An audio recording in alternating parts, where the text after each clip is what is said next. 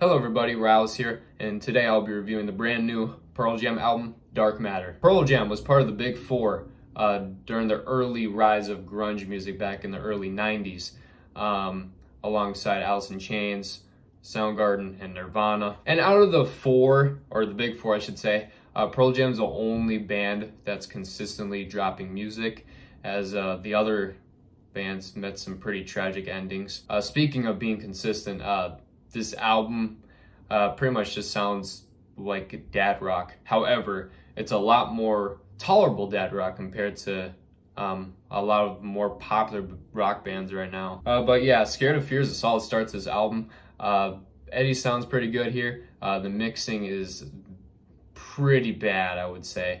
It's a bit hard to understand exactly what he's singing here. Like, the instruments tend to blend together to the point where it just sounds like a blob of sound. And not only on this song is the case, but yeah, the entire album, I wouldn't say the entire album, but a majority of this album is pretty badly mixed. But yeah, the lyrics are fine on this first song, and the guitar solo is pretty nice as well. React Respond is actually my personal favorite song on this album. The mixing is still pretty off, but I like how dark the sound is.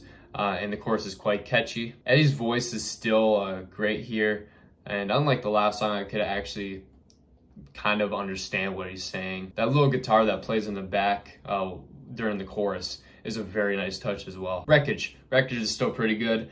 It's a nice change of pace with some killer vocals and good lyrics by Eddie. And then things start to go downhill here with these next two tracks. The lead single, Dark Matter, and Won't Tell, as the mixing on these are pretty horrific, with the instruments being way louder than Eddie's voice. And that's especially the case on Dark Matter. I couldn't tell what Eddie was saying for this entire track pretty much, and everything else about it was just very mid. There was no memorable moment really. It's kind of surprising why this was the lead single instead of just maybe even a later single, or just not even a single at all. And Won't Tell is the same deal, but you could understand just a little bit more about what Eddie is saying,